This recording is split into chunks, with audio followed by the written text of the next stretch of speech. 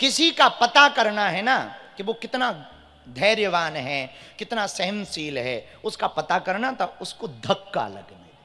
ये परमात्मा जो धक्का देता ना, इसलिए धक्का नहीं देता तुम्हें, संकट इसलिए नहीं देता कि तुम मिट जाओ, ना ना ना, वो देखना चाहता तुम और कितने ठहराव में आ गए, कितने गंभीर हो गए हो। क्योंकि जब धक्का लगता ना तब आदमी का हकीकत सामने आता, चेहरा सामने। हमारे गुरु एक बात कहते थे, किसी साधु को परखना है ना उसके दिन मत देखो, साधु को परखना है तो उसकी रातें देखो। दिन में तो कोई भी साधु हो सकता, पर रात को कोई साधु रहे तो साधु है, तो साधु है। अंदर जो होगा वो बाहर आएगा, ये पक्का है। एक राज्य में एक ऐसा व्यक्ति गया, मुंबई की बात कर लो, मुंबई में बहुत साल पहले एक ऐसा आदमी आया कि बहुत भाषाएं जानता था, तमिल भी बोलता था, तेलुगु भी बोलता था, उर्दू भी बोलता था, कन्नड़ भी बोलता था, फ्रेंच भी बोलता था, मलयालम भी बोलता था, और बुंदेलखंडी भी बोलता था, और हिंदी भी बोलता था। तो राज दरबार में राजा ने कहा कि इतनी भाषाएं बोलता, पता करो ये है कहां का, इससे किसी भी भाषा में बात करो, पर यह पता नहीं लग रहा कि इसकी भाषा कौन सी असली है, कहां का रहने वाला है, तेलुगु का है कि मलयालम का है कि कन्नड़ का है कि बुंदेलखंड का है कि मराठी है कि गुजराती है कि पाकिस्तान का है, जरा पता करो।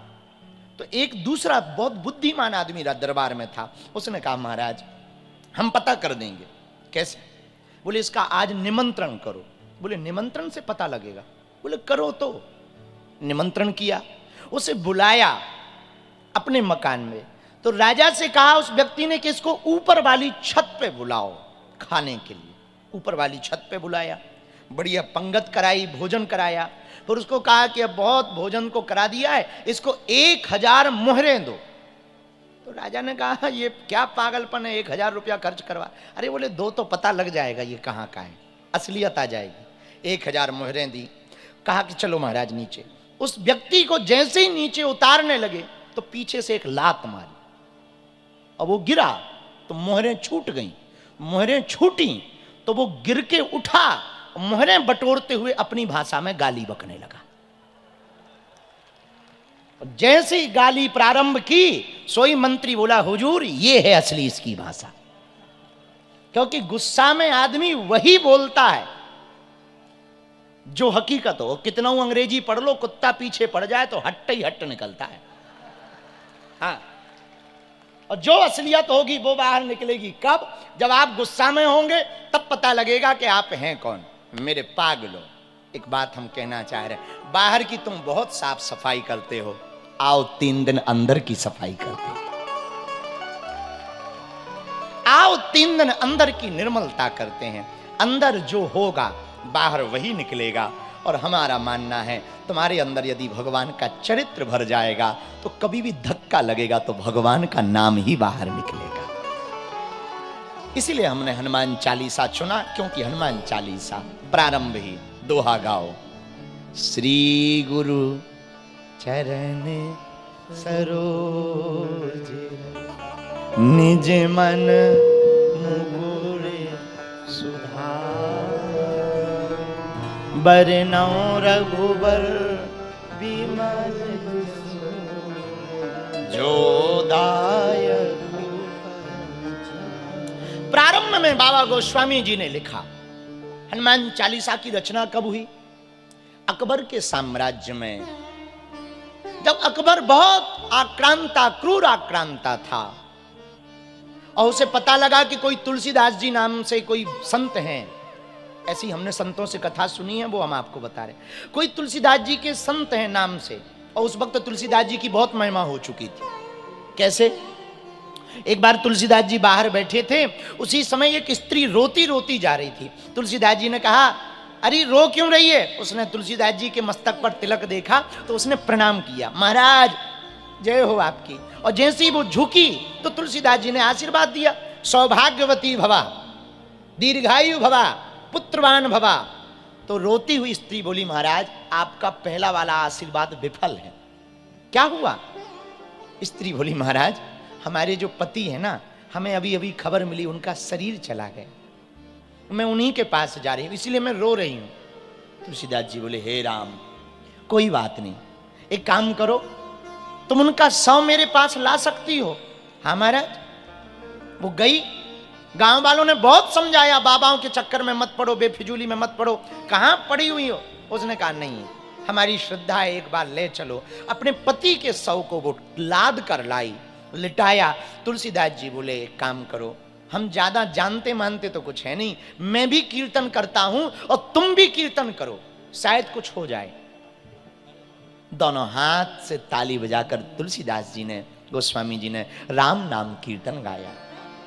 इतनी तल्लीनता से कीर्तन गाया, इतना भाव विभोर होकर कीर्तन गाया कि भगवान तक आवाज पहुंच गई, और जो मुर्दा सामने पड़ा था ना, वो भी राम राम कहता हुआ खड़ा हो गया। चारों तरफ जय जयकार हो गई, और धीरे धीरे तुलसीदास जी की ख्याति पूरे देश में पहुंचने लगी कि बड़े अद्भुत बाबा हैं, मरा हुआ आदमी जिंदा कर देते। तो अकबर को पता लगा, अकबर ने पकड़वा लिया, बाबा इधर आओ। तुलसीदास जी पहुंच गए। हाँ महाराज, हमने सुना तुम जादू टोना जानते हो। महाराज हम तो भगवान का नाम जानते हैं, कौन सा जादू टोना जाने, राम नाम जानते हैं। राम नाम मन दीप धर, जी है देहरी द्वार। हम कोई नाम नहीं, हम कोई जादू टोना नहीं जानते, एक नाम जानते हैं। कौन सा? राम। बस सीताराम, सीताराम चरण रति मोरे, अनुदिन बढ़ही अनुग्रह तो। हम तो केवल राम जी का नाम जानते और कुछ नहीं जानते। ए झूठ बोलते हो, बाहर तुम मुर्दे जिंदा कर देते हो, इधर चमत्कार नहीं दिखा रहे हो। अब हम देखते हैं तुम्हारे राम जी में कितनी ताकत है। तो तुलसीदास जी को कारागृह में बंद कर दिया। ध्यान से सुनना, हनुमान चालीसा की रचना कैसे हुई, बड़ा मजा आएगा तुम्हें। तुलसीदास जी को कारागृह में मतलब जेल में डाल दिया। अब एक दिन हुआ, 2 दिन हुआ, तुलसीदास जी ने सोचा वाह, ऐसे तो यहां सड़ ही जाएंगे, क्या किया जाए, कौन बचाएगा। तब याद आया एक ही है जो हमें बचा सकते। जहां एक बात बोले, पागलो ध्यान रखना, हम लोगों पे विपत्ति आती है तो भगवान को पुकारते, हाँ जी या ना जी, बोलो ना, हाँ जी या ना जी। हम लोगों पे विपत्ति आती है तो भगवान को पुकारते हैं, लेकिन जब भगवान पर विपत्ति आती है तो वो हनुमान को पुकारते हैं। हनुमान जी की, तुलसीदास जी के हैं कौन? गुरु। गुरु जी क्यों है? तुलसीदास जी बोले भैया ये वही तो हैं। गुरु का मतलब क्या होता है? जो शिष्य की बाएं पकड़कर परमात्मा से मिला दे, उसी को तो गुरु कहा जाता है। जो बाएं पकड़कर भगवान से मिलाने का रास्ता बता दे, उसे गुरु कहा जाता है। जो अज्ञान मिटा दे, उसे गुरु कहा जाता। और मेरे पागलों याद रखना, जिसको सच्चा और अच्छा गुरु मिल जाता ना, वो रंक को भी राजा बना देते हैं। तुलसीदास जी जब बैठे थे चित्रकूट पर, आंखों में आंसू भरे, अखियां हरि दर्शन को प्यासी, अखियां हरि दर्शन को, आंखों में आंसू लिए तुलसीदास जी बैठे। राम राम राम राम राम राम राम राम राम रो रहे, आंखों से झरझर आंसू बह रहे, टप टप आंसू बह रहे। क्यों रो रहे बाबा? राम जी नहीं मिल रहे हैं, राम जी नहीं मिल रहे हैं, इसीलिए रो रहे हो। हाँ हाँ कोई बात नहीं, हम एक उपाय बता देते हैं। क्या? चिंता मत करो, यहां तुम्हें राम जी दर्शन देने आएंगे, बूढ़े ब्राह्मण ने कहा। और एक दिन राम जी सच में, जब तुलसीदास जी चित्रकूट के घाट पर,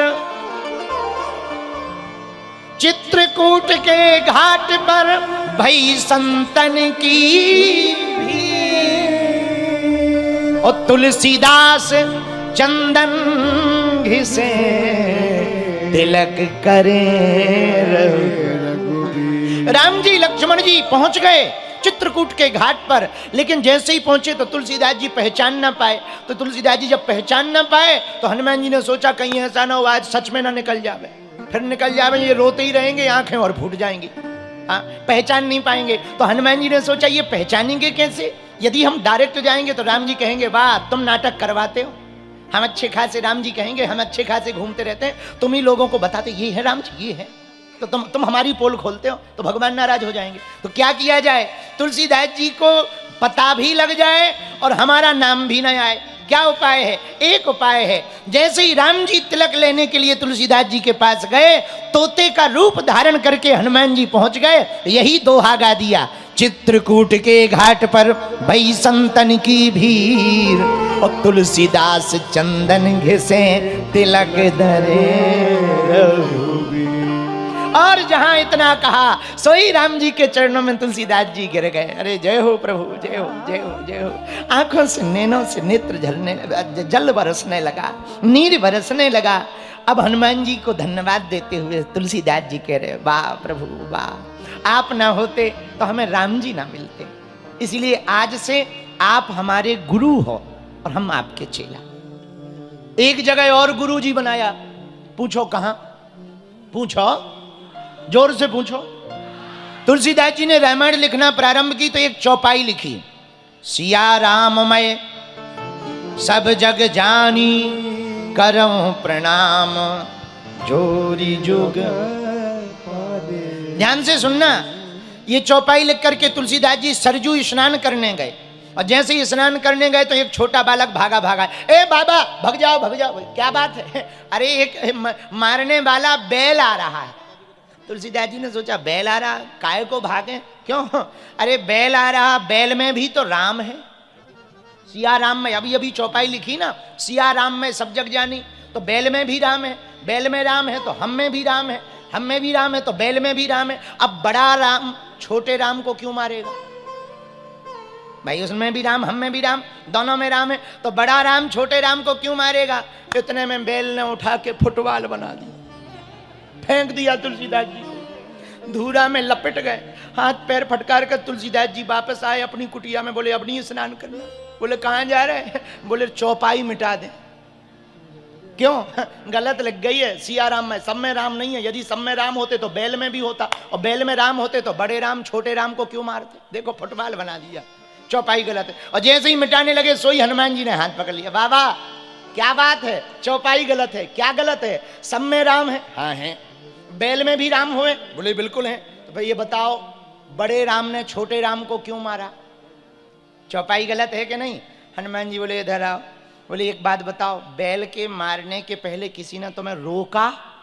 बोले छोटे बच्चे ने रोका। बोले वाह, छोटे राम की बात नहीं मानी सो बड़े राम ने फेंक दिया। उसमें भी तो राम है, उसमें भी तो राम है। सोई तुलसीदास जी बोले हाँ ये बात तो है। इसीलिए गुरु की दृष्टि है हनुमान जी के प्रति। इसीलिए जब हनुमान जब जेल में बंद हैं, अब सोचा क्या किया जाए, हनुमान जी को बुलाएं कैसे? बोले हनुमान जी को डायरेक्ट बुलाएंगे तो नहीं आएंगे, गुरु को बुलाएंगे शिष्य बनकर, तो मुसीबत के समय तो गुरु ही शिष्य को काम आता है। हम विपत्ति में हैं और गुरु काम न आए तो गुरु कैसा? इसीलिए दोनों हाथ जोड़े और कहा, श्री गुरु चरण सरोज निज मन मुकुर। हे गुरु जी, आपकी चरण रज हमारे मस्तक पे हम लगा रहे हैं, हमारे मन को ठीक करो, निज मन मुकुर सुधार। इसका प्रारंभ भी मन से किया। तुलसीदास जी भी मन को ही ठीक कर रहे हैं। अच्छा ये मन को क्यों ठीक कर रहे हैं? हम लोग भी उल्टे हैं।